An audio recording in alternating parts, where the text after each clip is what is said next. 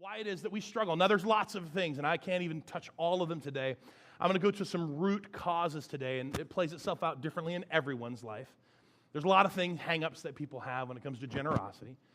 But why don't we give? This is the big picture. And so I'm going to read this passage from Luke.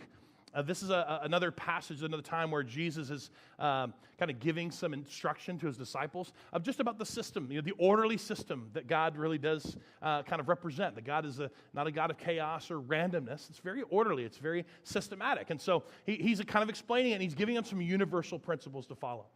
And so and this will kind of talk us about why we struggle, why we don't give. Here's where Luke 6 says, "Do not judge others, and you will not be judged." Right? "Do not condemn others, or will all come back against you. Forgive others, and you will be forgiven.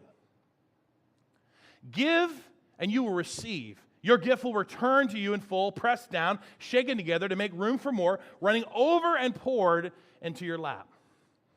And he ends this time by saying, the amount you give will determine the amount you get back. Let's just read this verse together out loud. Everybody in the room, you ready? The amount you give will determine the amount you get back.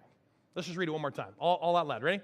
The amount you give will determine the amount you get back. And again, this is just a principle. This is a verse about principles that God is, even Jesus is saying, look, it doesn't just apply to one thing. This is just a principle of what God created.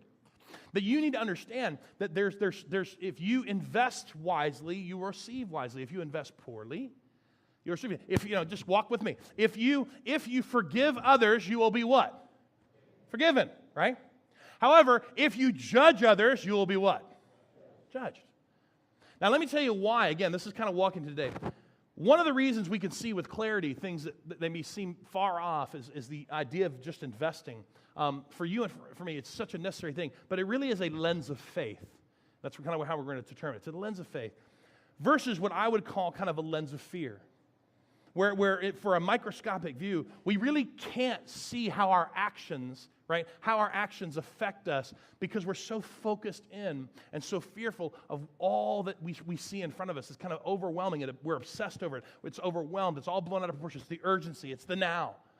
And we can't see, that's the problem, we can't see how our actions, because of this, dictate and determine what we will actually receive and get back. And so we get stuck. And so the answer is very simple. If you just want to kind of get down to the bottom of the answer, it's why don't we give? And the answer is fear.